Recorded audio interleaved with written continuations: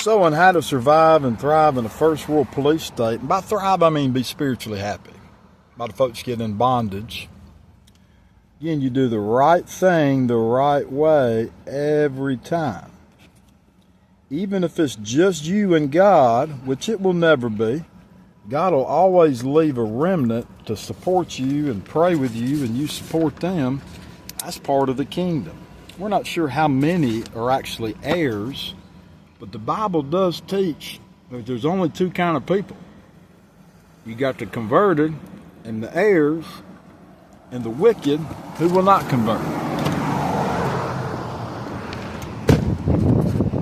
Kind of basic. Now at some level, maybe their sickness is probably better to point out than their wickedness, because we're all born in need and born sinners, which is also why, even as a vet, I need to do things like this. Disarm before I go into the federal courthouse.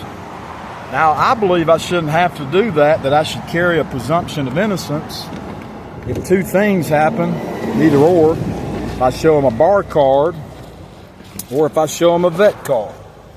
But America has become such a police state, and they can't even see their own tactics, that they are requiring even lawyers to take out everything from their pockets.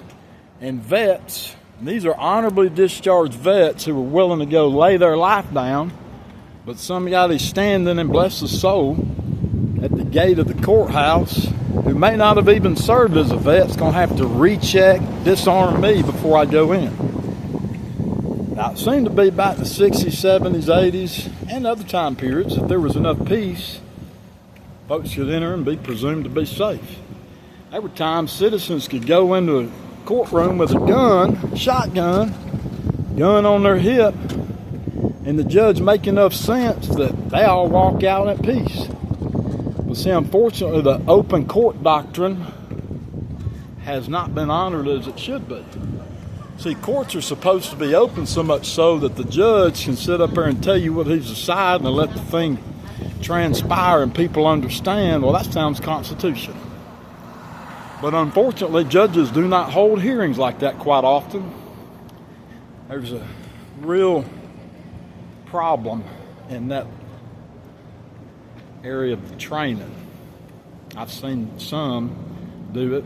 I've seen Judge Ray explain every decision he was making from the bench, and it was a beautiful thing, and I've never seen one person, when he explained his decision, act in any kind of angry or mad form or fashion, because it made sense. And he said it with love. And he's just one of many. So the open court doctrine is vital because truth prevails. No matter how many lies they say and try to pile on, as long as you let your light shine, truth will eventually prevail. This is an Article 3 court. What that means is that although these are citizens and they are on the bench as a judge by way of Article 3 of the Constitution, they weren't put there by a vote of the people directly. They were put there by vote of the people indirectly because they get appointed to these positions. Some of them are really, really good. Some of them I don't consider to be very good judges. A lot of them lack life experience. They come out of higher socioeconomic backgrounds, their families, and they don't understand the basics of the Constitution because they've never had their moral minimums ate into. They've been a part of the clique class.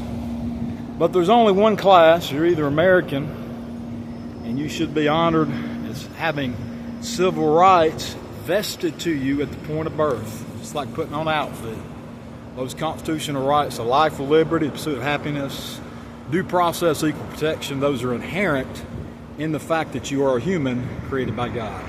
So we'll see if I get some justice today, but the proper process, which is what I put in almost all of my postings, is do the process, is to create a record, sanctify the record, whether I prevail or not, of the truth.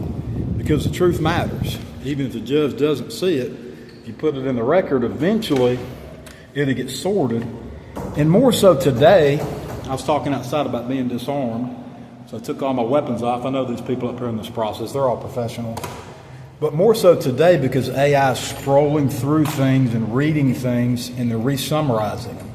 So it's vital for lawyers, and I believe this even back in the 90s, to always create an accurate record even if you lose temporarily in a secular court, because that justifies that you're constitutional.